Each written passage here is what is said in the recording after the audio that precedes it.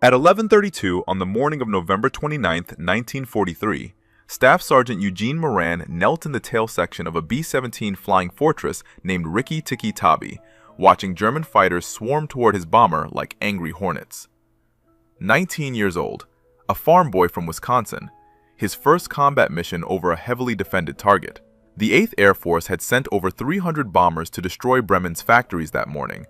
German defenders had already shot down 6 flying fortresses in the first hour. Moran's position was the loneliest on the aircraft. The tail gunner sat on a bicycle-style seat at the very back of the bomber, separated from the rest of the crew by 40 feet of fuselage. His only company was a pair of 50 caliber machine guns and the German fighters trying to kill him. The B-17 carried 10 men, pilot and co-pilot in the cockpit, navigator and bombardier in the nose, flight engineer in the top turret, radio operator behind the bomb bay, 2 waist gunners standing at open windows, ball turret gunner hanging beneath the aircraft in a glass sphere, and Moran alone in the tail. The tail gunner's job was simple: protect the bomber's most vulnerable angle. German pilots had learned early in the war that attacking from directly behind a B-17 put them in the firing arc of only one man, the tail gunner. By November 1943, the 8th Air Force was losing bombers at a catastrophic rate. The mission to Schweinfurt 2 months earlier had cost 60 flying fortresses in a single day. 600 men killed or captured in one afternoon. Bomber crews called deep missions into Germany milk runs to hell. The mathematics of survival were brutal. A bomber crew had to complete 25 missions to go home. Statistical analysis showed the average crew lasted 15 missions. Some groups were losing half their aircraft every month. Moran had enlisted the day he turned 18. Growing up on a dairy farm near Soldiers Grove, Wisconsin, he had watched aircraft pass overhead and dreamed of flying. The Army Air Forces needed gunners, young men with quick reflexes and steady nerves, farm boys who knew how to shoot. Gunnery training taught him to track fast-moving targets while compensating for wind, altitude, and the speed of his own aircraft. He learned to fire in short bursts to prevent his barrels from overheating. He memorized the silhouettes of German fighters: Messerschmitt Bf-109, Focke-Wulf 190. He could identify them at 2,000 yards. But training could not prepare anyone for the reality of combat over Germany. The cold at 24,000 feet dropped to 40 degrees below zero. Frostbite claimed fingers and toes. The thin air made every movement exhausting, and the German fighters came in waves, firing 20mm cannons that could tear through aluminum like paper. Rikki-Tikki-Tavi had taken off from Snetterton Heath in England that morning as part of the 96 Bomb Group. The target was Bremen, an industrial city on the Weser River. Shipyards, aircraft factories, submarine pens, one of the most heavily defended cities in Germany. The bomber formations had crossed the North Sea in tight defensive boxes, each B-17 positioned to provide overlapping fields of fire. The theory was simple: pack the bombers close together so their combined firepower could drive off enemy fighters. The reality was that a direct hit on one aircraft often damaged those flying beside it. Bremen's anti-aircraft defenses opened fire as the formations approached. Black bursts of flak filled the sky. The bombers could not maneuver. They had to fly straight and level for the bomb run.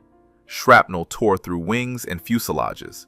Moran watched a B-17 in the formation ahead take a direct hit. It folded in half and dropped from the sky. Rikki-Tikki-Tavi released its bombs over the target, 4,000 pounds of high explosives tumbling toward the factories below. Mission accomplished. Now they just had to survive the flight home. If you want to see how Moran's mission turned out, please hit that like button. It helps us share more forgotten stories like this one. Subscribe if you haven't already. Back to Moran. The bomber formation began its turn toward England. 200 miles of hostile airspace between them and safety.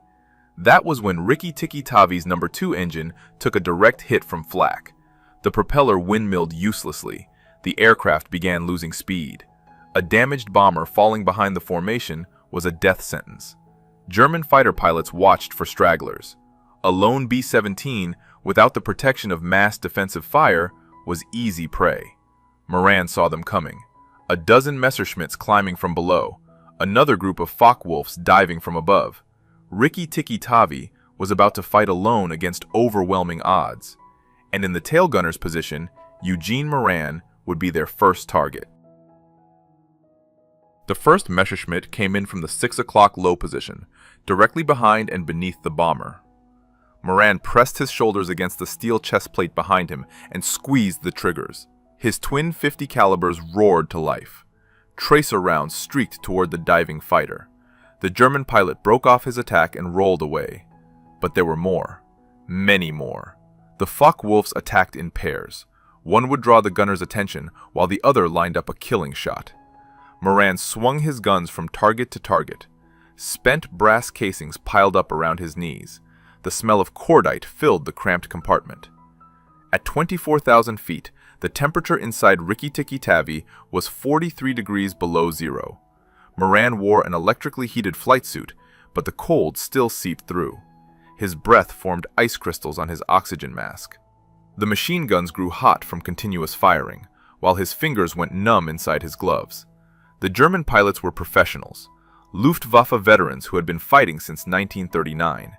They knew exactly how to kill a B-17. Target the engines first. A bomber with damaged engines could not keep up with its formation. Then work on the gunners. Eliminate the defensive fire. Finally, pour cannon rounds into the fuselage until something vital broke. Moran heard the impacts before he felt them. 20mm cannon shells punching through aluminum, the sound of tearing metal. Somewhere forward, one of the waist gunners stopped firing, then the other. The intercom filled with static and fragments of voices. Moran could not tell who was speaking or what they were saying. The bomber shuddered as more rounds struck home. He kept firing. There was nothing else he could do. A Focke-Wulf came in from the 4 o'clock position. Moran swung his guns and pressed the triggers. The fighter's wing disintegrated. It spiraled downward, trailing black smoke. His first confirmed kill. He did not have time to celebrate. Cannon rounds ripped through the tail section. Moran felt something slam into his left forearm, then his right. Both arms had been hit. Blood soaked through his flight suit sleeves. The pain was immediate and intense, but his hands still worked. He could still grip the triggers. More impacts. The vertical stabilizer above him took multiple hits. Control cables snapped and whipped through the air. The tail section began vibrating violently. Something was very wrong with the aircraft. Moran glanced down at his parachute. Every airman wore one. The silk canopy packed into a canvas container strapped to his chest. If the bomber went down, the parachute was his only chance of survival. He saw holes in the fabric. Multiple holes.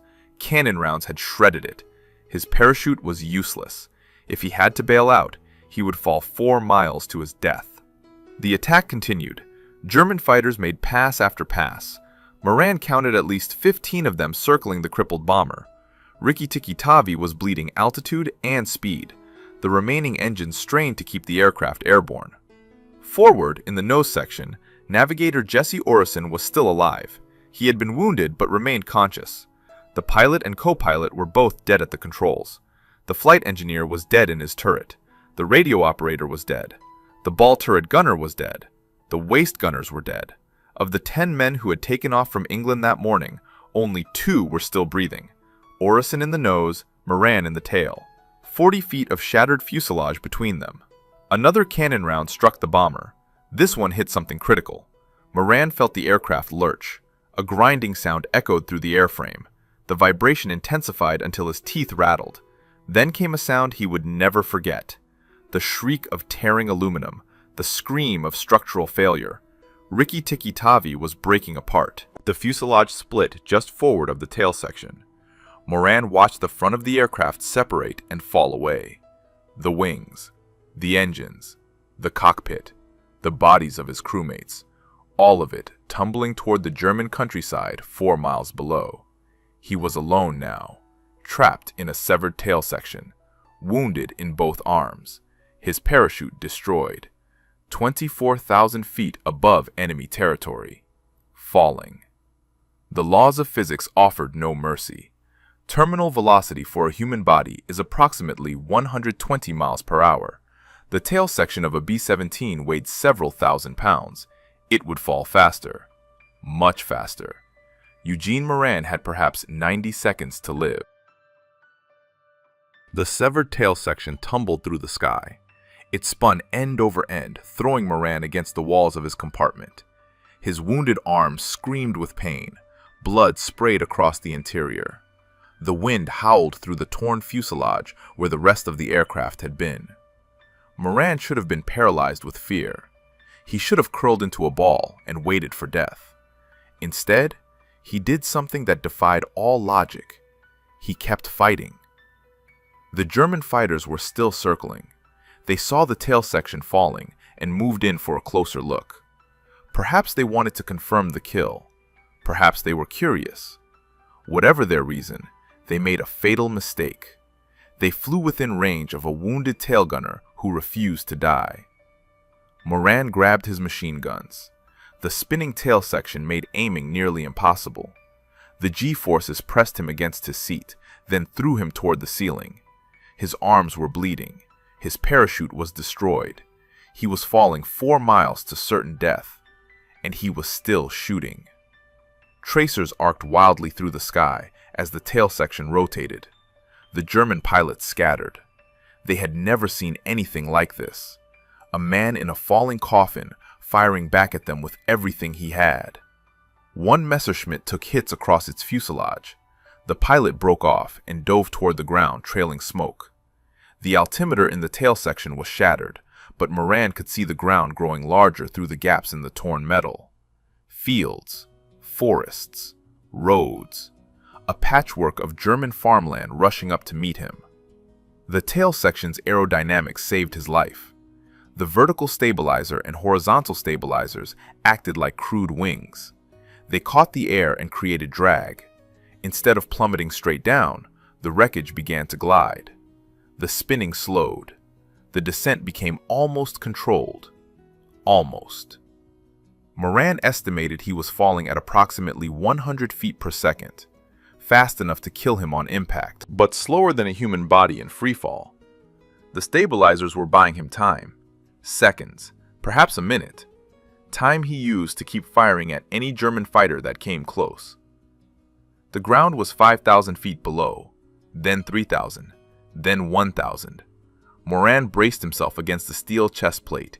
He wrapped his wounded arms around the ammunition boxes. There was nothing else to hold on to.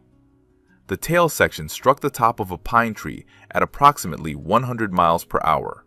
The impact snapped branches as thick as a man's arm. The vertical stabilizer caught on a trunk and tore away. The wreckage cartwheeled through the forest canopy, shedding pieces of aluminum with each impact.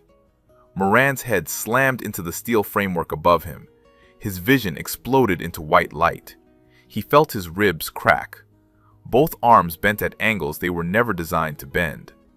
The tail section hit another tree, spun sideways, and crashed into the frozen ground. Then, silence. Eugene Moran was alive, barely. He lay in the wreckage, unable to move. Both forearms were broken in multiple places, compound fractures, bone protruding through skin. His ribs were shattered.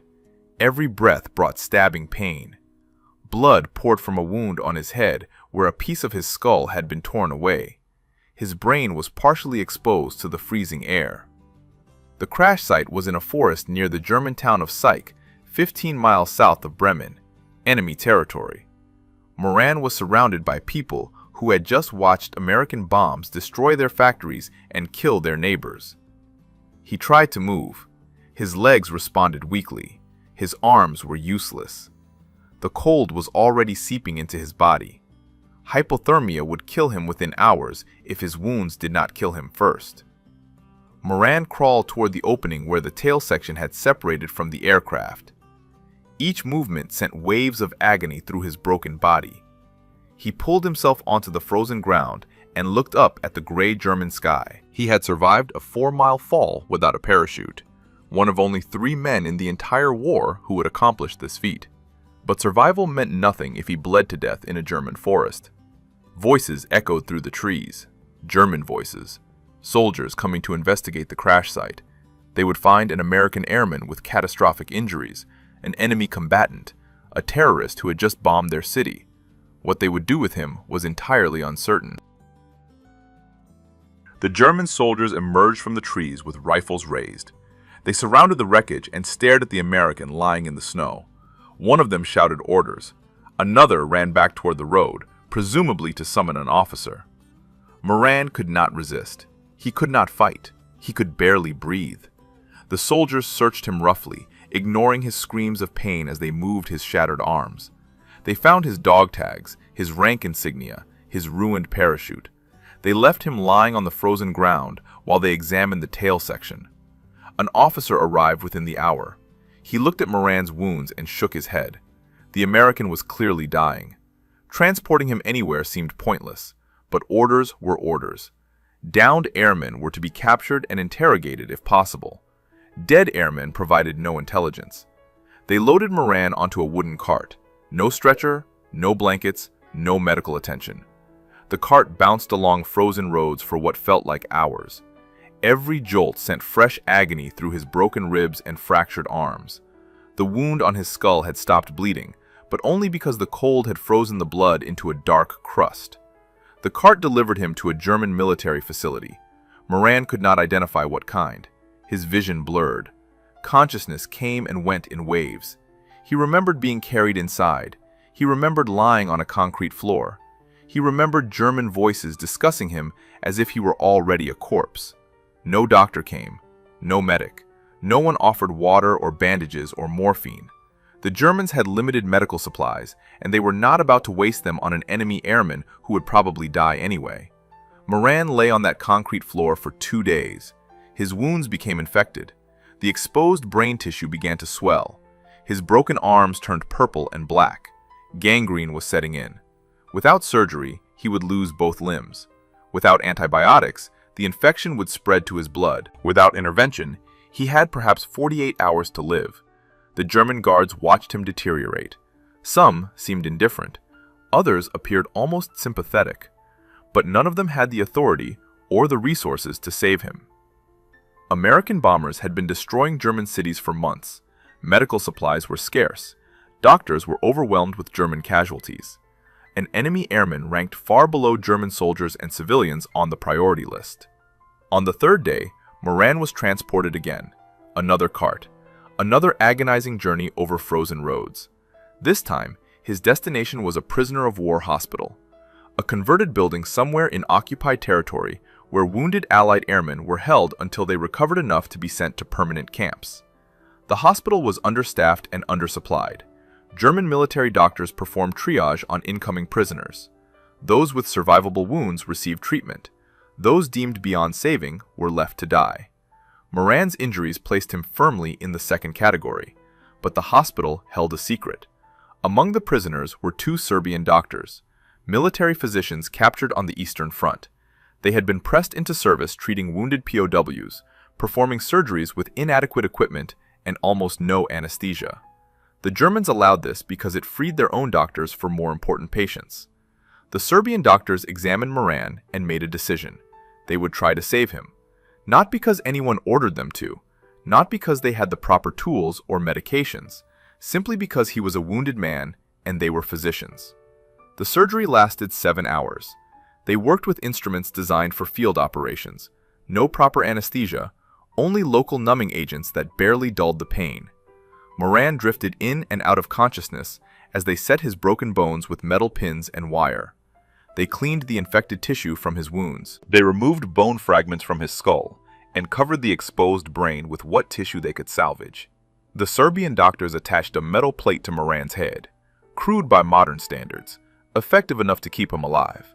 They splinted his arms with wooden boards and wrapped them in bandages torn from sheets. They did everything possible with almost nothing available. When the surgery was over, they told him the truth. The next 72 hours would determine whether he lived or died. His body had to fight off the remaining infection. His bones had to begin healing. His brain had to avoid swelling further. There was nothing more they could do. Eugene Moran's survival now depended entirely on his own will to live. The fever came on the first night.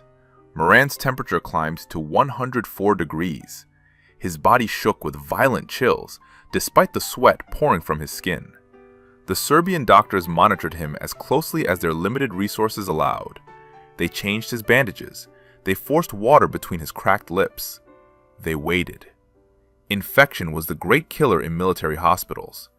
Antibiotics existed, but were almost impossible to obtain in a German POW facility. The doctors had cleaned Moran's wounds as thoroughly as they could, but bacteria had already entered his bloodstream. His immune system was fighting a war inside his own body. The second night was worse. Moran slipped into delirium. He called out for his mother. He screamed warnings to crewmates who were already dead. He relived the moment when Rikki-Tikki-Tavi broke apart, his unconscious mind replaying the trauma over and over. The other wounded prisoners in the hospital ward listened to his ravings and wondered if he would see morning. The Serbian doctors took turns sitting with him. They had no medicine to offer, only their presence, only cold cloths pressed against his burning forehead, only whispered encouragement in accented English that he probably could not hear.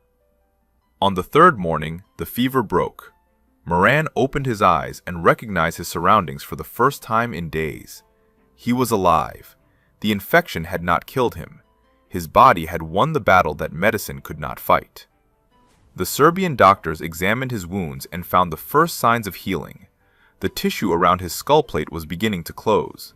The broken bones in his arms were starting to knit together. Recovery would take months, perhaps years. The damage to his body was extensive, but Eugene Moran was going to survive.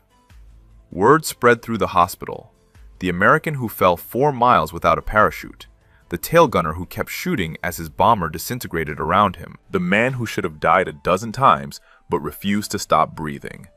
German guards came to look at him. Other prisoners asked to hear his story. Even the hospital administrators seemed impressed by his impossible survival. The Serbian doctors had saved his life, but they could not protect him forever. Once Moran was stable enough to travel, he would be transferred to a permanent prisoner of war camp. The hospital was only a way station, a place where wounded men were patched together before being sent into the German POW system. 6 weeks after the crash, Moran could walk again. His arms remained in splints. The metal plate in his skull caused constant headaches. His ribs ached with every breath, but he was mobile, he was conscious, he was ready for transfer. The Germans processed him with bureaucratic efficiency: name, rank, serial number, service branch, unit assignment. They photographed him for their records. A thin young man with hollow cheeks and bandaged arms staring into the camera with eyes that had seen too much. His first permanent camp was Stalag Luft 4 in Pomerania, a compound specifically designed to hold captured Allied airmen. Barbed wire fences, guard towers with machine guns, wooden barracks that offered little protection against the brutal Eastern European winter. Thousands of American and British airmen filled the camp. Pilots, navigators, bombardiers, gunners, men who had been shot down over Germany and occupied Europe. Some had been prisoners for years. Others had arrived only weeks before Moran. All of them shared the same fate: captivity until the war ended or they died. Moran found a strange community behind the wire. Prisoners organized themselves into units. They maintained military discipline. They created libraries from donated books. They held classes in everything from mathematics to foreign languages. They built secret radios to monitor BBC broadcasts. They planned escapes that rarely succeeded. The camp provided minimal rations: thin soup, black bread, occasionally potatoes or turnips. Red Cross packages supplemented the diet when they arrived, but deliveries were unpredictable. Most prisoners lost 20 or 30 pounds during their captivity. Some lost more. Moran's body continued healing. His arms regained function, though they would never be as strong as before. The headaches from his skull injury became less frequent. The nightmares about the crash never stopped. He was alive. He was surviving. But 17 months of captivity still stretched ahead of him, and the worst was yet to come. In the summer of 1944, the Germans transferred Moran to a new facility. The journey took him across occupied Poland in a cattle car packed with 60 prisoners. No room to sit, no sanitation, no food for 3 days. Men collapsed against each other and prayed for the train to stop. The destination was another camp, then another. Over the following months, Moran passed through 4 different POW facilities as the Germans shuffled prisoners across their shrinking empire. Each transfer brought new hardships, new guards, new diseases, new ways to suffer. The worst came in the autumn of 1944, the Hell Ship. German authorities decided to move several hundred Allied prisoners across the Baltic Sea. The vessel was an aging freighter, never designed to carry human cargo. Guards forced the prisoners into the hold below deck, a dark metal cavern with no ventilation, no sanitation, and no space to move. Moran descended into that hold with 200 other men. The hatch closed above them. The ship began to move, and the nightmare began. The hold was completely dark. Prisoners could not see their own hands. They could only hear groaning, coughing, retching. Men suffering from dysentery who could not reach the single bucket designated as a latrine. The stench became unbearable within hours. The crossing lasted 4 days. Prisoners died in that hold. Their bodies remained among the living because there was nowhere else to put them. Men went mad from the darkness and the smell and the constant rolling of the ship. They screamed, they fought, they prayed. Some simply stopped responding and had to be checked for pulse to determine if they were still alive. When the hatch finally opened, Moran climbed out into gray daylight with eyes that had forgotten how to see. His clothes were soaked with filth. His body had shed more weight it could not afford to lose. The metal plate in his skull throbbed with pain that never fully subsided. The Hellship delivered its surviving cargo to another camp in Prussia. More barbed wire, more guard towers, more thin soup and black bread, more waiting for a war that seemed like it might never end. But the war was ending. By January 1945, Soviet forces were advancing from the east. Allied armies were pushing from the west. Germany was being crushed between 2 unstoppable forces. The prisoners could hear distant artillery. They could see German guards growing nervous. Something was about to change. On February 6, 1945, the change came. Soviet troops were approaching the camp. German commanders ordered an immediate evacuation. All prisoners would march west on foot. Destination unknown. Duration unknown. Refusal meant execution. The prisoners assembled in the frozen compound. Temperatures had dropped to 20 degrees below zero.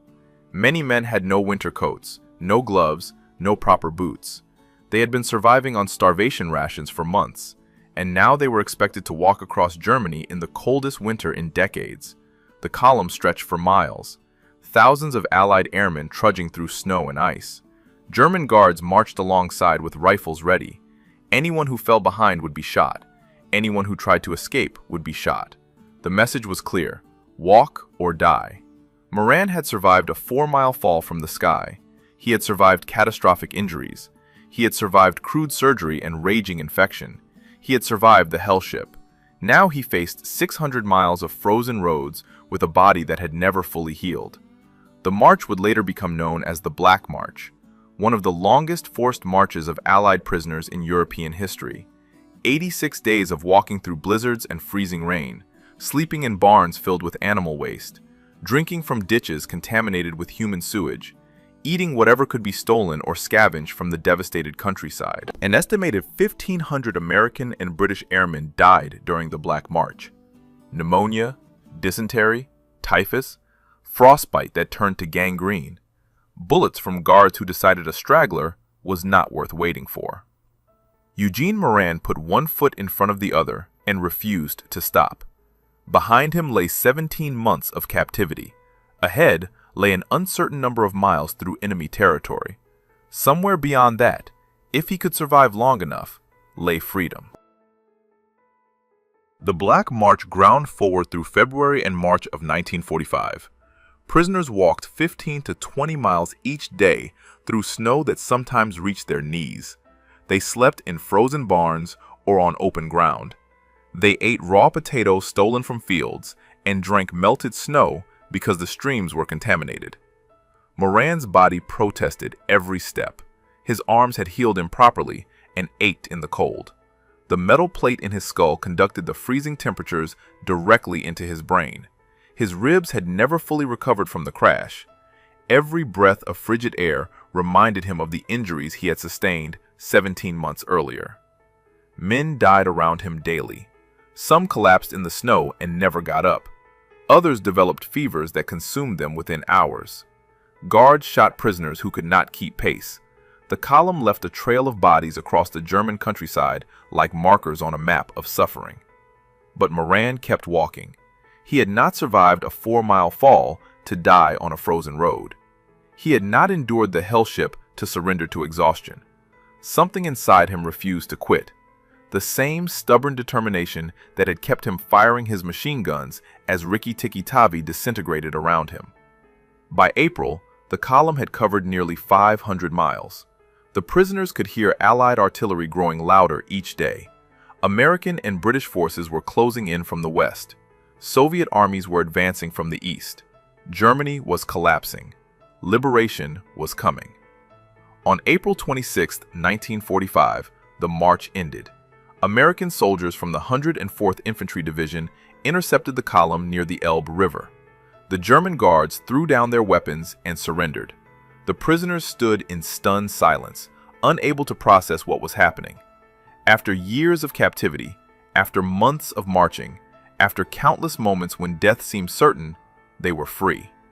Moran weighed 93 pounds. He had entered the army at 150. The crash, the surgeries, the camps, the hellship, and the march had stripped away nearly 40% of his body weight. He looked like a skeleton wrapped in skin, but he was alive. Medical personnel rushed to treat the liberated prisoners. Many required immediate hospitalization. Typhus had spread through the column during the march. Pneumonia was rampant. Frostbite had claimed fingers and toes that would need amputation. The doctors worked around the clock to stabilize men who had been systematically starved and brutalized for months or years. The Army processed Moran's case with growing astonishment. His service record documented the impossible. Shot down over Bremen on November 29, 1943. Aircraft destroyed by enemy action. Fell 24,000 feet in severed tail section without functional parachute. Survived impact. Captured by enemy forces. Held as prisoner of war for 17 months. Survived forced march of approximately 600 miles. Military historians would later confirm that only 3 Allied airmen in the entire Second World War survived falls of comparable distance without parachutes. Eugene Moran was one of them. The other 2 had similar stories of wreckage riding, where pieces of destroyed aircraft slowed their descent enough to make survival possible. All 3 cases were considered miraculous. The Army awarded Moran 2 Purple Hearts for the wounds he sustained during the attack on his bomber, 1 for each arm shattered by German cannon fire. They gave him the Air Medal with Oak Leaf Cluster for his service with the 8th Air Force. They gave him the European Theater Medal and the Good Conduct Medal. They gave him an honorable discharge on December 1, 1945. The 96th Bomb Group had lost 938 men during the war. 206 aircraft destroyed. Thousands of missions flown over the most heavily defended targets in Europe. Moran's survival was a statistical anomaly in an organization defined by catastrophic losses. News of his fall had spread even during the war. Radio operators had intercepted German broadcasts describing an American who fell 4 miles and lived. The story reached Wisconsin, where Moran's family had spent months not knowing if he was alive or dead. Anonymous letters arrived describing what the radio operators had heard. Hope mixed with uncertainty, until official confirmation finally came. Staff Sergeant Eugene Moran returned to Soldiers Grove, Wisconsin in late 1945. The farm boy who had dreamed of flying while watching planes pass overhead. The tail gunner who fell from the sky and refused to die. He was 21 years old. He had aged decades. The question now was whether he could build a life after everything he had endured.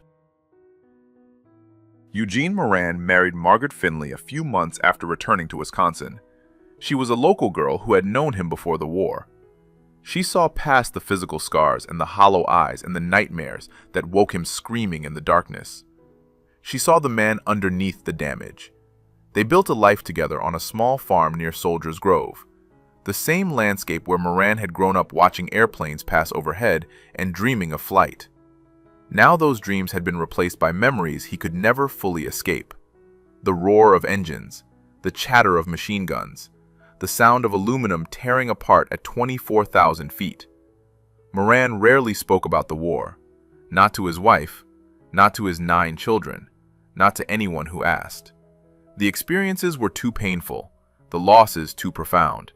8 of his crewmates had died on Riki-Tiki-Tavi.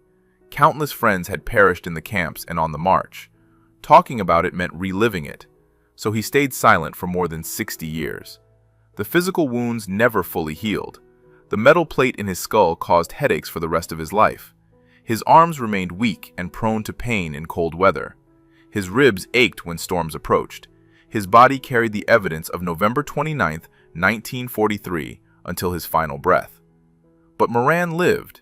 He raised his family, he worked his farm, he attended church on Sundays and watched his grandchildren grow. He outlived most of his fellow prisoners and nearly all of his fellow crewmen. The farm boy who should have died a dozen times over instead lived to see the 21st century. In 2007, more than 6 decades after the war ended, the Wisconsin Board of Veterans Affairs created a new honor, the Veteran Lifetime Achievement Award. They chose Eugene Moran as the first recipient. Finally, officially, his state recognized what he had endured and what he had survived. The award ceremony brought attention to his story. Journalists interviewed him. Historians documented his account. A local teacher named John Armbruster became fascinated by the tale and began conducting extensive interviews with Moran and his family. The silence of 60 years finally broke. Armbruster spent years researching every detail: military records, German archives, interviews with surviving witnesses. The project would eventually become a book called Tailspin, published in 2022, a complete account of the farm boy who fell 4 miles and lived. On October 18, 2008, the town of Soldiers Grove honored Moran by naming a street after him, Eugene Moran Way, a permanent marker in the community where he was born, where he returned after the war, and where he spent the rest of his life. The other survivor of Riki-Tiki-Tavi also returned home. Navigator Jesse Orison had bailed out of the forward section before the bomber broke apart. He spent the rest of the war as a prisoner alongside thousands of other Allied airmen. His testimony confirmed Moran's account and helped establish the historical record of that November morning over Bremen. Eugene Moran died on March 23, 2014. He was 89 years old. 7 decades had passed since the day German flak cut his bomber in half and sent him tumbling 4 miles toward the earth. 7 decades since he kept firing his machine guns while the world spun around him. 7 decades since Serbian doctors saved his life with crude tools and impossible skill. His obituary noted that he lived by a simple philosophy: "I would rather wear out than rust out." The words of a man who refused to surrender. To the Germans, to his injuries, to the march, to the silence that followed. The tail gunner position on a B-17 was the loneliest spot on the aircraft. Separated from the crew, first target for enemy fighters, last to know if the bomber was going down. Eugene Moran occupied that position on November 29, 1943. And when his aircraft disintegrated around him, he did not curl up and wait for death. He kept shooting all the way down. If this story moved you the way it moved us, do me a favor. Hit that like button. Every single like tells YouTube to show this story to more people. Hit subscribe and turn on notifications.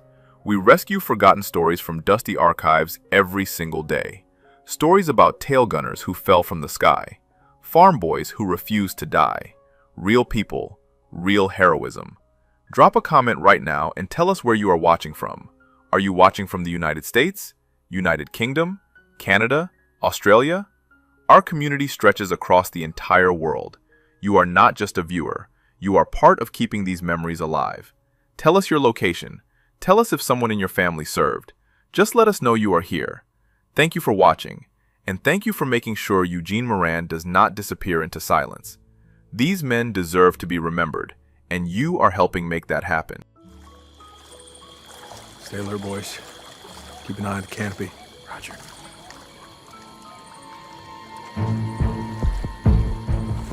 The year is 1942.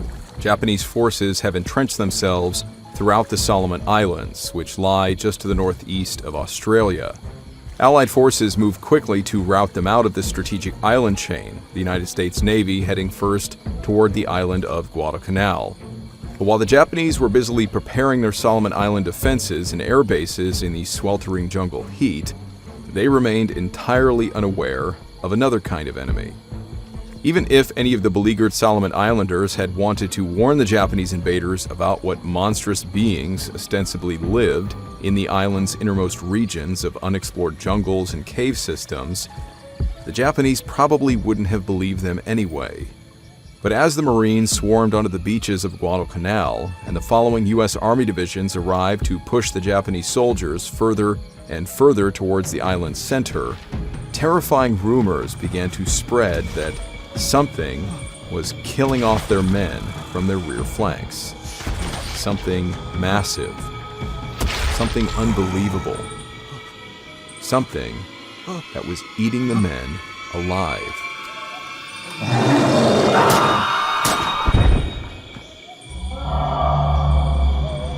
This is the story of the Solomon Island Giants.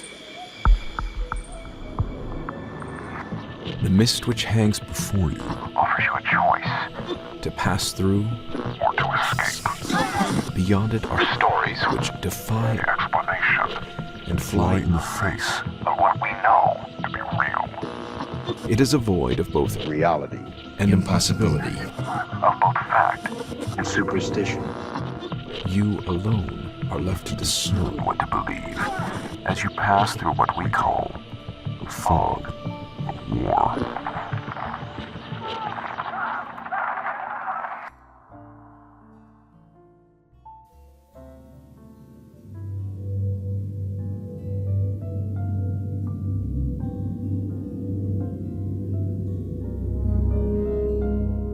Before 1941, the idea of World War II was an abstract concept for Solomon Islanders. The war was happening far away in Europe, or at worst, in the mainland regions of Asia, which was still thousands of miles away. But following the attack on Pearl Harbor, the island began to finally experience the far-reaching impacts of the war. Britain began evacuating their colonial settlers off the islands and sending local workers either back to their villages or into hiding to prepare for a potential invasion. Sure enough, with the Japanese Empire's aim to create a defensive buffer against attack from the Allied forces, in May of 1942, the Solomon Islands would become the furthest extent of their military island outposts, far to the south of Japan. They quickly occupied the primary islands, beginning the construction of an airstrip on Guadalcanal, along with other floatplane bases and defensive fortifications. With this occupation threatening to cut communication and shipping lines between Australia and the United States, and leave Australia exposed to a possible invasion, the US moved quickly to initiate their own counter-invasion strategy to retake the islands. The US chose the island of Guadalcanal as its first counterpunch on dry land, with the 1st Marine Division landing on August 7, 1942. During their prior invasion, the Japanese soldiers faced little to no resistance from a largely peaceful and unarmed population of local islanders.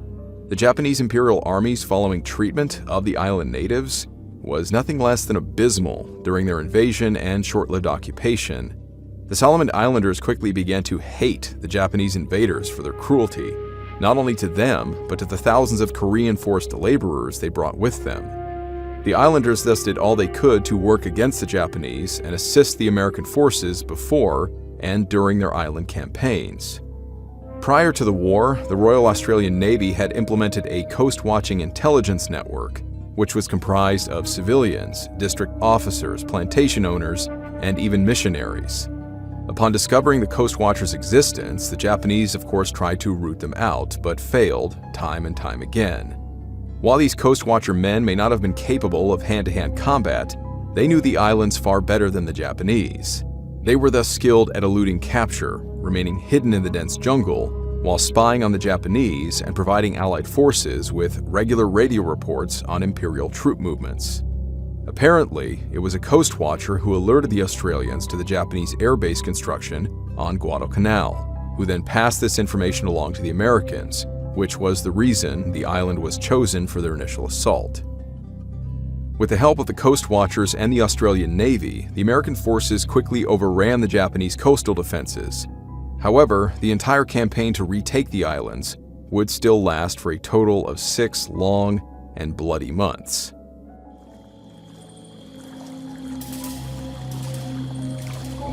After losing their foothold on the beaches, the Japanese began pulling back their forces towards the center of their respective island. They maintained an offensive strategy by way of guerrilla tactics, conducting raids on the American forces before once again retreating back into the dense jungle. The mountainous jungle terrain was very difficult to navigate, making it a slow effort for the American soldiers and Marines to pursue their enemy. Some islands were cleared of enemy troops within days, others took the entirety of 6 months. But as the Americans forced them further and further towards the central, unexplored regions of the island jungle, horrifying rumors then began to circulate amongst the Japanese soldiers. Reports were now being made about their men encountering giant, hairy creatures. Giant men.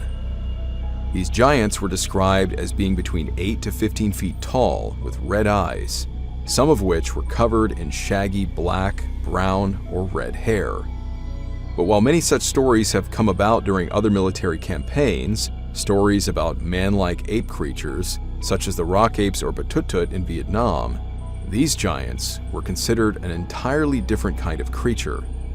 They were said to be much more human, and they carried massive stone clubs, spears, and other rudimentary weapons.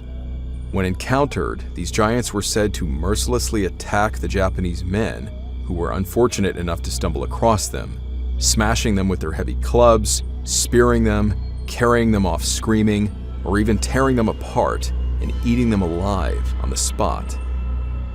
Other stories describe the giants displaying territorial acts, bellowing loudly and ripping entire trees out of the ground in massive displays of strength, the terrified Japanese soldiers then scattering into the jungle. The men then tried to hide, laying low to the ground throughout the night, hearing the nerve-wracking sounds of these monstrous beings crashing through the dense jungle around them, hunting them. Sleep became impossible for the Japanese, not only from abject terror, but from the sounds of the giants' bellowing howls and the abruptly silent screams of fellow soldiers piercing the night air. As the battle raged on over the following weeks, during the daylight hours, the Japanese men had the American forces to contend with on their front lines. And by night, they now lived in a constant state of terror, unable to sleep for fear of what would happen to them if they were found by the giants.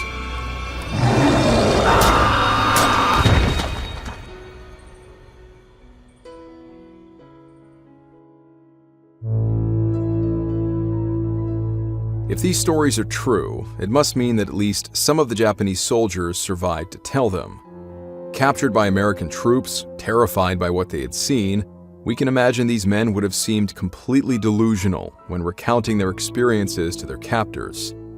It should be pointed out that the thought of surrendering was unthinkable for a Japanese soldier, whatever the circumstances, although the idea of being ripped apart by giants would likely not have ever occurred to them. But traditionally speaking, their orders were to return home victorious, to die while fighting, or to honorably take their own lives if they were defeated. Many Japanese soldiers were of course taken captive during the war, but culturally, dating as far back to their samurai warrior ethos, the Japanese Imperial Army viewed survival following defeat as a shameful disgrace. If it was Japanese soldiers who came out of those jungles raving about man-eating giants, what became of these men is now unknown. 80 years later, their stories are now considered myths, at least to most people living outside the Solomon Islands. But bizarre as it sounds, many among the islanders themselves would assure us these kinds of stories are quite possibly true. For locals, the existence of giants on their islands, even their continued existence today, is no myth. It is a commonly accepted fact.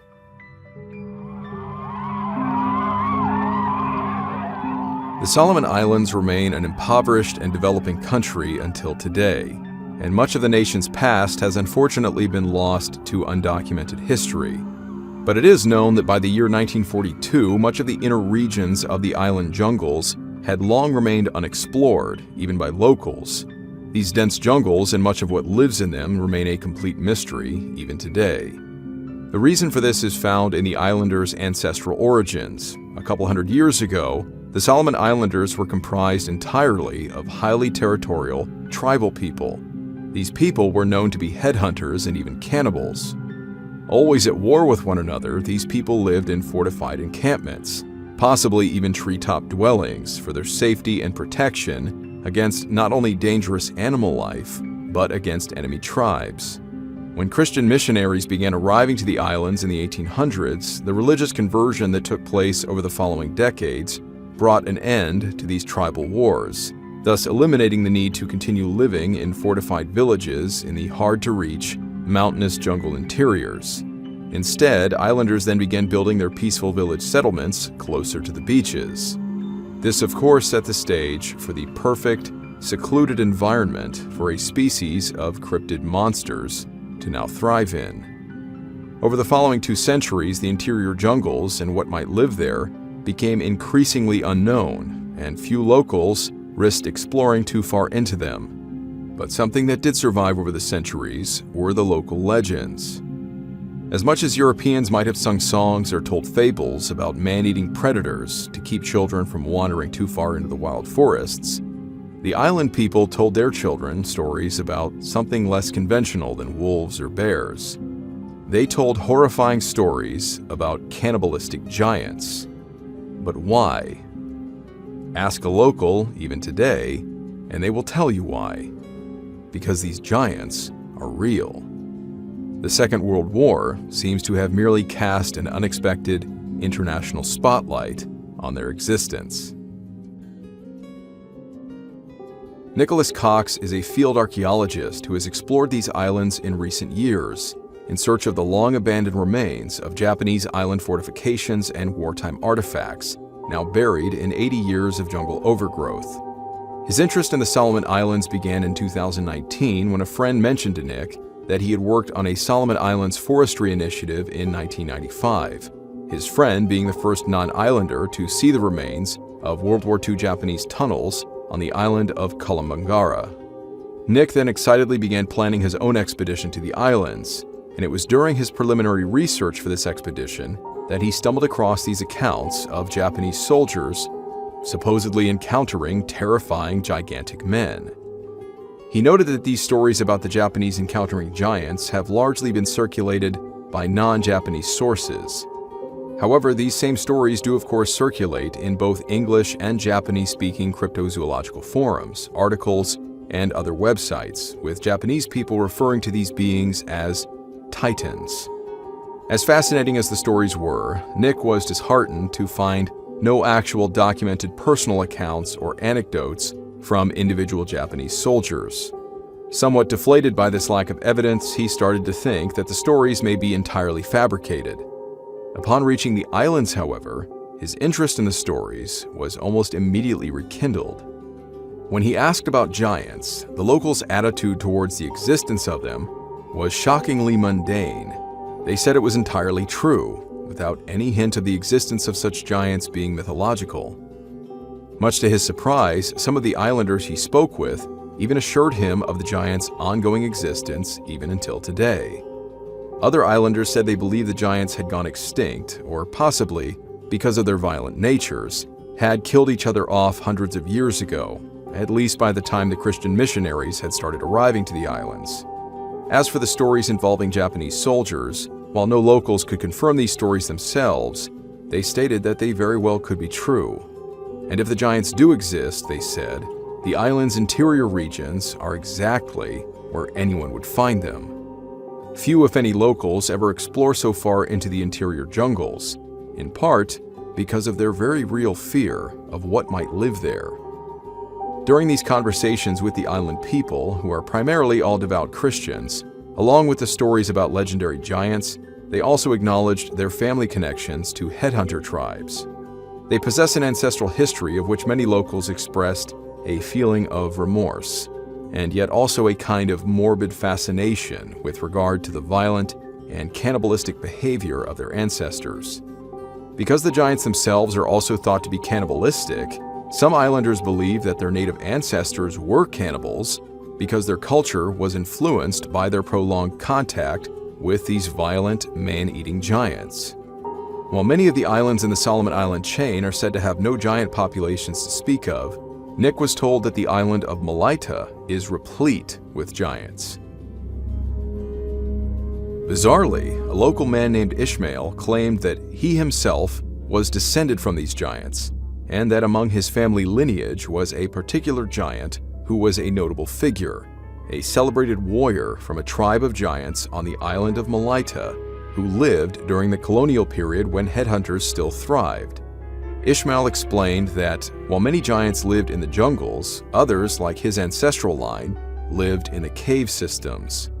Despite being separated on the surface by miles of ocean, there are locals who even believe some of the islands are linked by these extensive cave systems. Whether Ishmael's family history is believable or not, this idea of strange beings or cryptids remaining isolated by living in deep underground cave systems is not an uncommon belief around the world, whether or not it ties into the hollow earth theory that many ascribe to.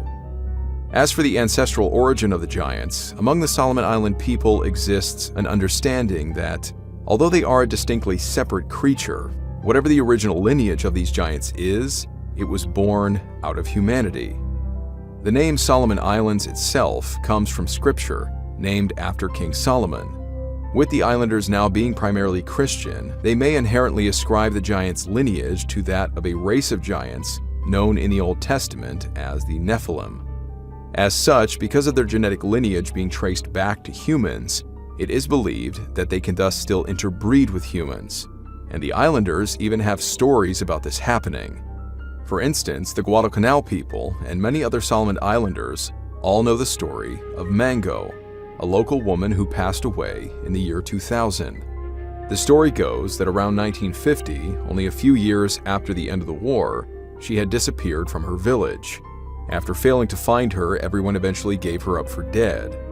That is, until she was found, 25 years later, hysterically frothing at the mouth, clearly mad, in a garden on the northeast coast of Guadalcanal. Seeing that she was heavily pregnant and in need of help, the men captured her with some difficulty. Sadly, she remained mentally unstable for the rest of her life, but she was at least nursed back to the brink of sanity, enough to explain what had happened to her. Nothing much was ever said about the entire 25-year period of her absence, but she was able to communicate that she had been taken captive by a giant who had taken her as a wife. She claimed she was eventually impregnated by this giant, which was the child she was now carrying. Through her pregnancy, she eventually gave birth to what the locals believed was a half-caste boy. The boy lived to the age of 5, at which point, for some unknown reason, one of Mango's brothers, the boy's uncle, is said to have killed him. Some islanders are said to know where the boy is buried, and according to others, Mango is evidently just one of several women to whom this type of thing has happened. This account of Mango and the existence of giants on the Solomon Islands was largely brought to international attention when it was published in a book titled Solomon Islands Mysteries: Accounts of Giants and UFOs in the Solomon Islands. The author, Marius Bourrion, began living in the Solomon Islands in 1995, following the end of his own military career as an aircraft/helicopter engineer with the Royal Australian Air Force. Within his book are 2 more similar instances to the story of Mango, where Guadalcanal women have been taken by the giants. He also recounts many of the oral histories that were told to him by the islanders. These included stories about their ancestral tribes fighting literal wars with the giants, on occasions when the giants began killing the islanders, either for food or seemingly just for sport. Brazenly raiding their villages, as with the Japanese stories, there are horrible accounts of the giants eating people alive on the spot. Numerous village chiefs then sent their warrior hunting parties after them, only for them to return in vain with fewer and fewer warriors. From the accumulation of this research, it occurred to Marius that the giants had, for a time, considered the Solomon Islander people like pigs to be eaten. He believes one of the major reasons why the Solomon Island population is far smaller than they should be It is because, with over 5,000 years of giants on the islands treating humans as food to be eaten, those people never had the opportunity to breed. He additionally suggested that from his own studies, his opinion on why the giants stopped hunting the island people is a culmination of three things: a war among the giant tribes that took place sometime in previous centuries, the introduction of firearms to the islands, and, quite bizarrely, alien intervention. Suffice it to say, the book makes for an interesting read. Having read this book during his expedition research, when he was interviewed in 2021 on the Into the Portal podcast, Nicholas Cox offered his own opinion on Bourion's work. Nick acknowledged that, despite his fascination with exploring any combination of military history and cryptozoology, such crossovers seem to always tread a fine line between reality and far-fetched conspiracy. He pointed out that Marius's book is heavily criticized by skeptics because of the author's frequent and seemingly sporadic deflections into his theories about world order governments, alien cover-ups, and his knowledge of the existence of subterranean UFO bases on the islands. If not only to add to the growing weirdness of this story, as indicated by Marius in his book, the islands are evidently no stranger to UFO sightings. There's at least one undocumented incident where American sailors described seeing dozens of bright orbs flying in a diamond formation over their ships during the invasion of Guadalcanal. Believing it to be some kind of new Japanese weapon, their defenses were scrambled, but the UFOs eventually disappeared without incident and were ultimately forgotten about in the following invasion. With regard to the existence of giants, however, there is another intriguing account that is attributed to Bourion and his time spent living on the islands.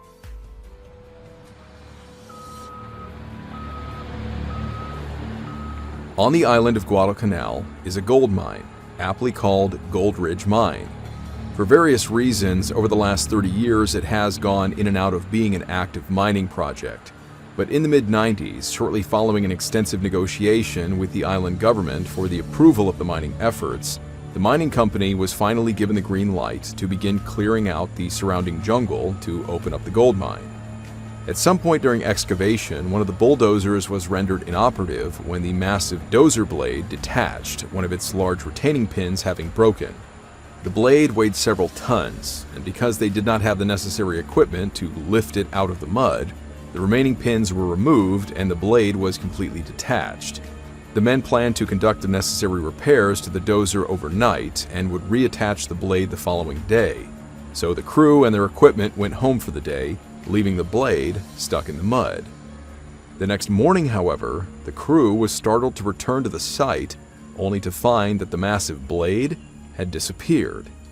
Even more startling were the now 3 to 4 foot long humanoid footprints appearing in the mud around where the blade had been lodged.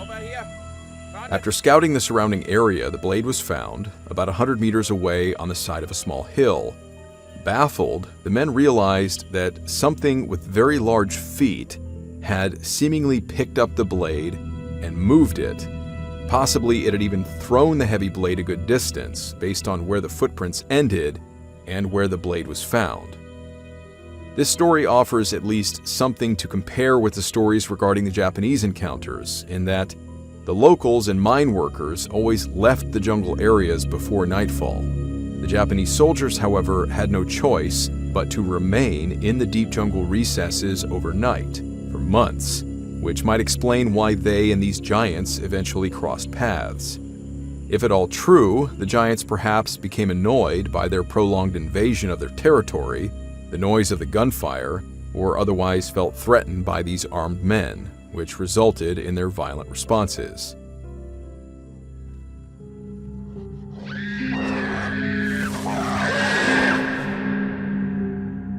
In trying to rationalize that these stories might have some shred of truth to them, Nicholas Cox points out that the Solomon Islanders have also reported seeing other kinds of hairy, humanoid creatures on the islands. A creature known as the Kakamora, something akin to a North American Sasquatch, or perhaps more closely the Australian Yowie, is believed to inhabit many of the island jungles. If true, and if at all related to their international counterparts, it's no surprise that island locals describe these Kakamora creatures in ways similar to the descriptions offered by those who have encountered creatures like Bigfoot. They are said to be incredibly smelly, hairy, and even have sharp claws. And more horrifically, they are known to eat humans. They are said to enter villages and human settlements around dusk, often to steal fruit from plantations, and the occasional human, typically a child. Being reclusive creatures, they reportedly live in the island interiors and are said to dwell in either tall trees or caves. As far as their perceived intelligence, the Kakamora do not appear to be capable of making fire, but have been said to steal fire from humans, which is then used to create their own fires. They are otherwise said to possess a strange cackling type of language and have been seen or heard singing while gathered together, an eerie kind of song reverberating through the dense jungle. Nicholas Cox said with interest that during his own research into the stories about giants, he himself had read extensive articles written by German anthropologists around the turn of the 20th century. In these men's articles, he was surprised to find that they offered rather prosaic descriptions of the Kakamora, in a way that would make the reader consider them to be everyday creatures. They speak plainly about their diet, their lifestyles, and other facets of the Kakamora's nature that would not be expected if these were undocumented creatures or mythical cryptids. Nick also reasoned that, anthropologically, two separate but similarly behaved creatures, the giants and the Kakamora, could not possibly exist within the same regions without one of the two being driven to extinction. He therefore surmised that the smaller-sized Kakamora, which are often described around being 4 to 5 feet tall, are more likely what is being portrayed as giants, or perhaps a juvenile version of the giants. But as far as the idea that a 4-foot creature would eventually grow into a 15-foot monster, his opinion is that, as with all fishermen's tales, the stories of these giants reaching such massive heights is likely an embellishment.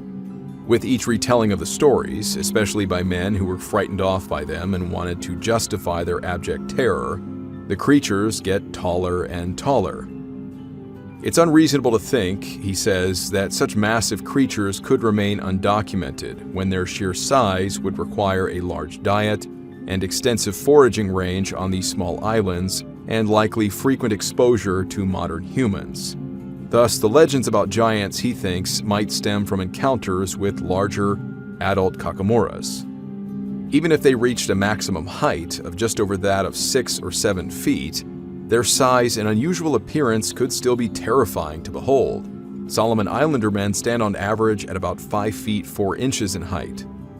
But with regard to the intervention of giants against the occupation of Guadalcanal by Japanese forces during World War II, Marius Bourrion at least acknowledges one mystery that puzzled the American forces after landing on the island. The Japanese had months to prepare for the American counterstrike, so when the Marines landed at Red Beach on August 7th, they were surprised to find no Japanese resistance waiting for them. No American casualties were sustained during their landing.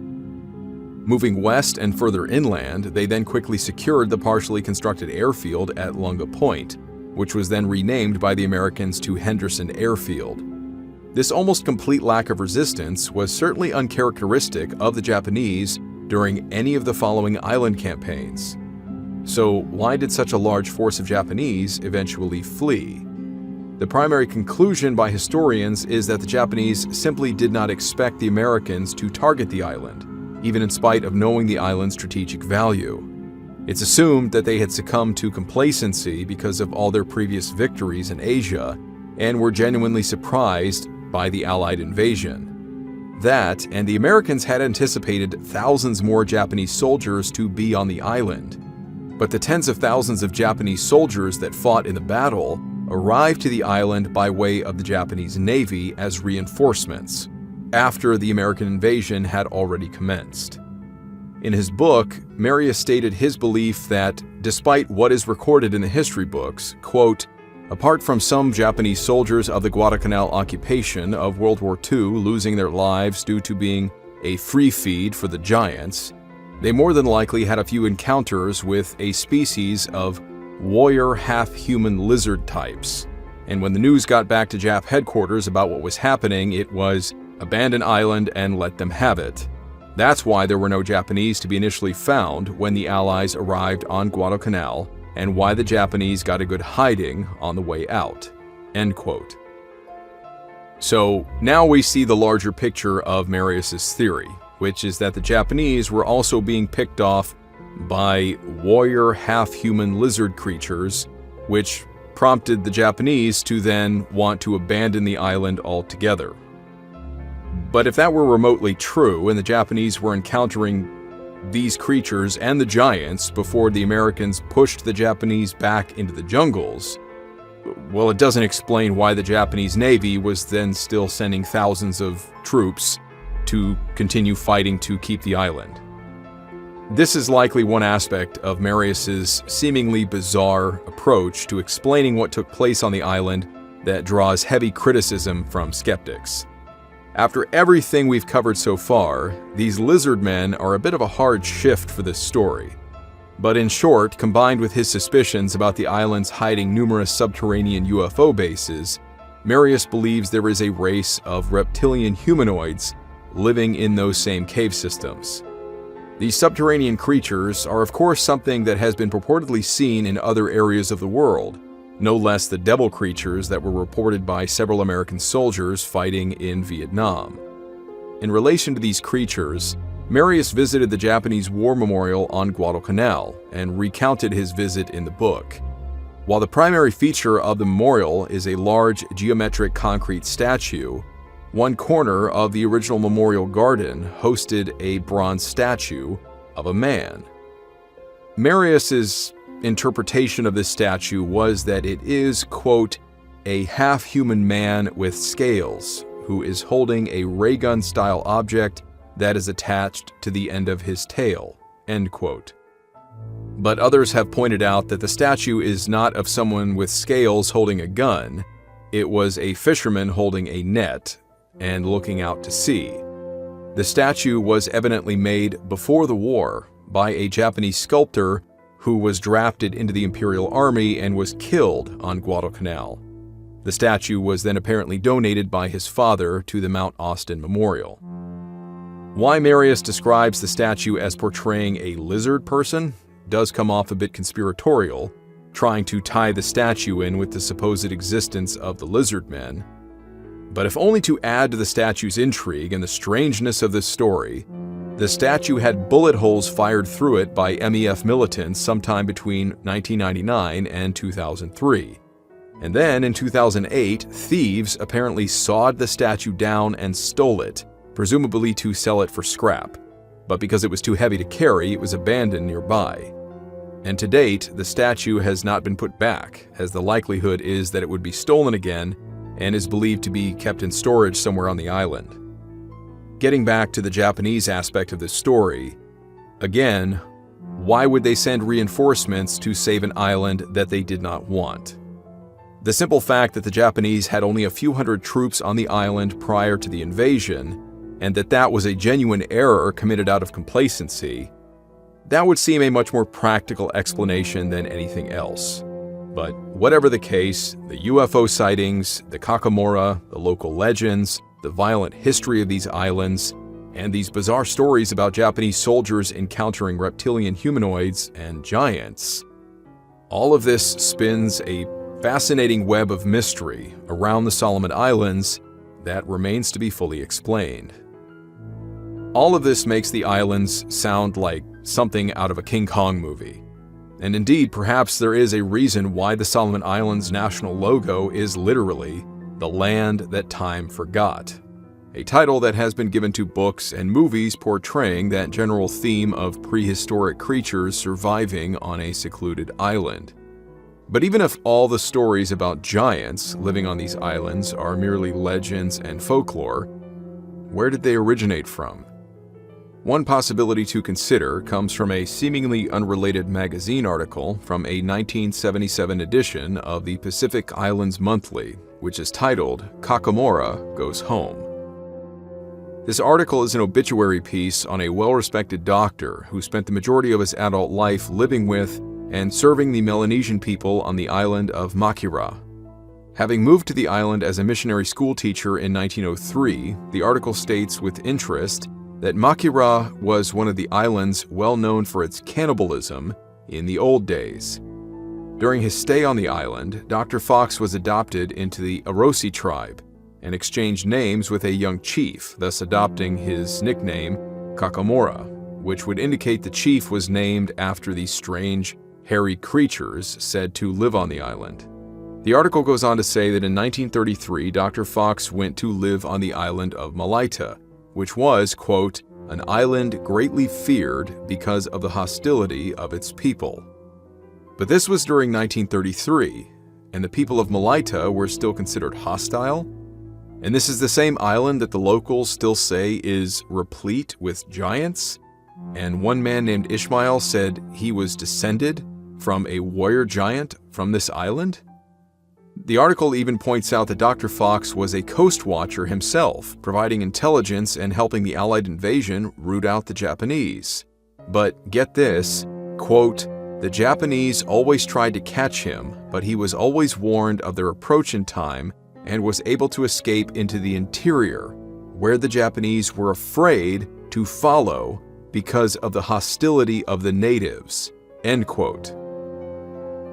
So, far from being a religious, peaceful, and oceanside-dwelling people, it seems that during World War II, the people living on the island of Malaita remained a hostile, tribal people who lived in the interior jungles and terrorized the Japanese soldiers.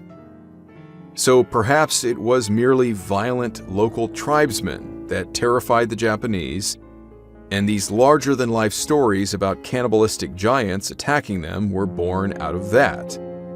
Or perhaps, giving credence to the documented existence of these hairy hominid creatures, it was a combination of the two.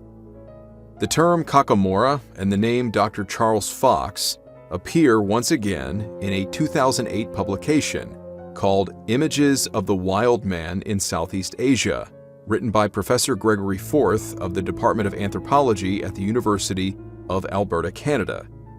The book examines so-called wild men, images of hairy human-like creatures known to rural villagers and other local people in Southeast Asia and elsewhere. Professor Forth's research mirrors much of what Nicholas Cox found about the anthropological studies of these creatures and the well-established history they have in the Solomon Islands, especially on the island of Malaita, where Dr. Fox lived and worked for much of his life. Being nicknamed Kakamora after the tribal chief, it's no wonder why he would have otherwise obtained that name. Dr. Fox himself evidently studied these creatures with interest. His research is cited multiple times by Professor Forth.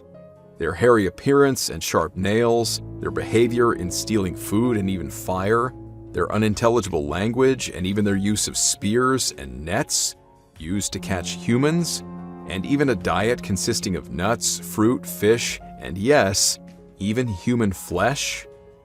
This is all repeated in Dr. Forth's own research, collectively gathered from at least a century of documented studies, combined with Dr. Fox's research and with interviews with Melanesian locals from different islands within the Solomon Island chain and even beyond. This article makes it clear that it was Dr. Fox who might have first identified the gradual disappearance and later resurgence of the Kakamora population due to the introduction of firearms around 1860, followed by the British authorities' confiscation of firearms in the early 20th century. Reported sightings of Kakamora resumed just 2 or 3 months after the recall, said Dr. Fox in his 1924 publication titled The Threshold of the Pacific, an account of the social organization, magic, and religion of the people of San Cristobal in the Solomon Islands.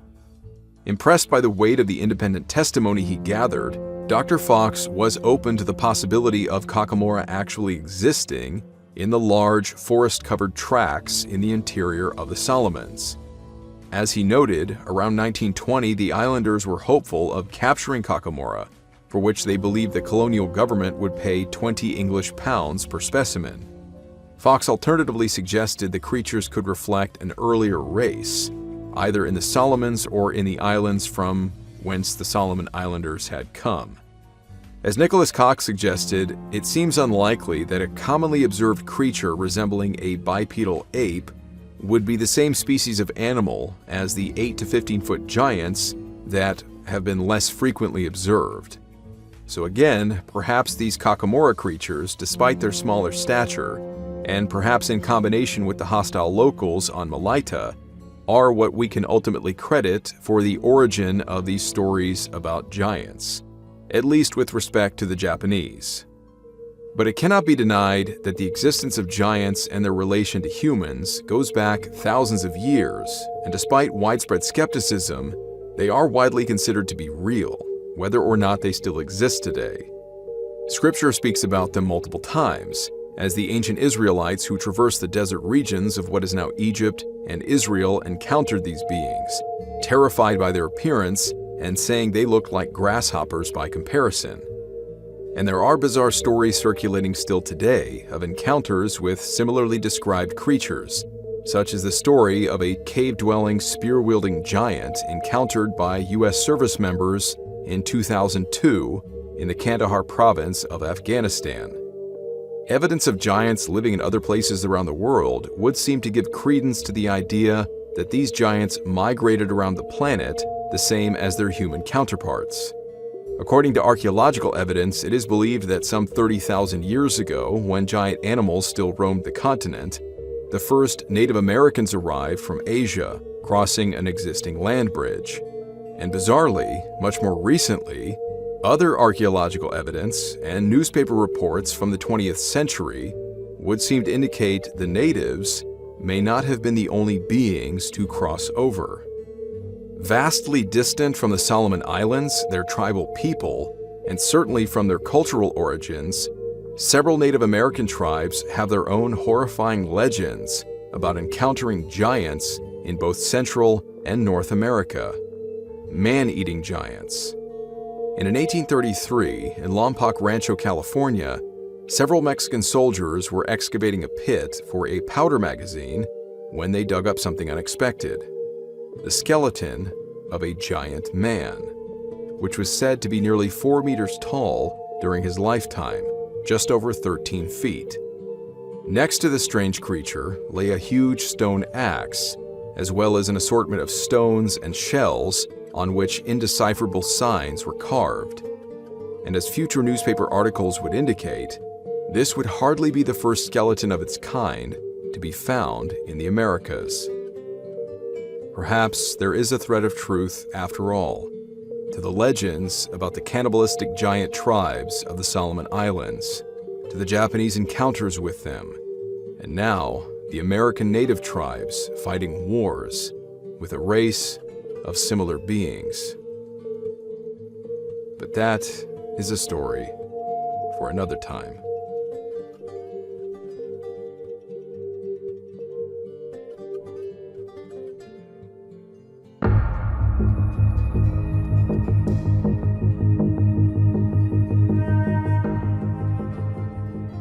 Hey there, thanks for sticking around for the credits.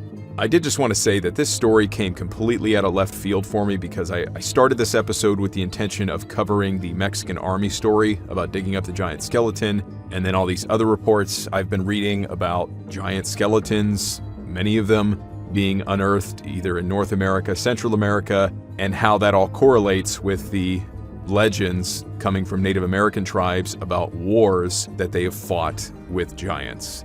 All very bizarre. We will cover that later, but this story came up during the research, and having never heard about it before, it just caught my attention. It was very intriguing, so I decided to go headfirst into this story and then cover the rest of the giant stuff later. And like many other bizarre stories, this one, while I might have started with a fair amount of skepticism, I'm left scratching my head wondering what to think. Clearly there's some very strange stuff going on in the Solomon Islands that even the locals themselves would acknowledge. So, with these stories, I do try to stick with as much research, documented evidence, facts, which tries to make sense of these stories in a more rational way, but I always kind of keep drawing a blank at the end of it and saying, well, maybe the evidence actually supports what people are saying, as bizarre as it might be. And on top of all of that, I can't help but to notice a recurring trend where whenever there's a cryptid encounter somewhere, there are also UFO and purportedly alien or other entity encounters to speak of coming from those same areas. Not sure what to make of that yet. I know there's a lot of theories out there, words like interdimensional and extraterrestrial and things like that being thrown around. All of that certainly adds to the mystery, and maybe one day we will have the answers to better understand these things. But in the meantime, it is always interesting to hear what you guys have to say, hear what you guys think. So go ahead, leave a comment, or if you did want to get in touch with me directly, I do have a contact form on the wartimestories.com website, as well as a form for episode suggestions. So if you had a story in mind that you wanted to see made into an episode in future, you can use that to tell me about it. If you have sent me an email and you're still waiting on me to respond, I do apologize.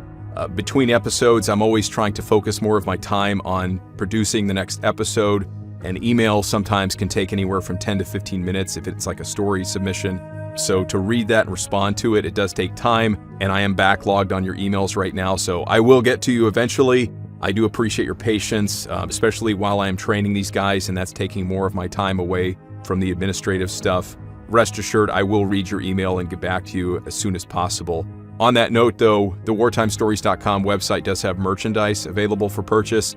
For those of you guys that have purchased a t-shirt or something like a challenge coin so far, thank you so much. It really means a lot, and it's going to go a long way with helping me support the channel and grow it to maybe something that's a little more expedient and what you guys really want. So I really appreciate the support. The guys that are working with me really appreciate the support. My patrons, the names you see scrolling here through the credits, these guys have always been very supportive of the channel and support me every month. I really appreciate it, guys. Thank you so much. If I owe you a message on Patreon, I'll be getting back to those soon as well. In closing, thank you all for watching. Thank you for subscribing. May God be with all of you, no matter what you're dealing with, and I will see you in the next episode.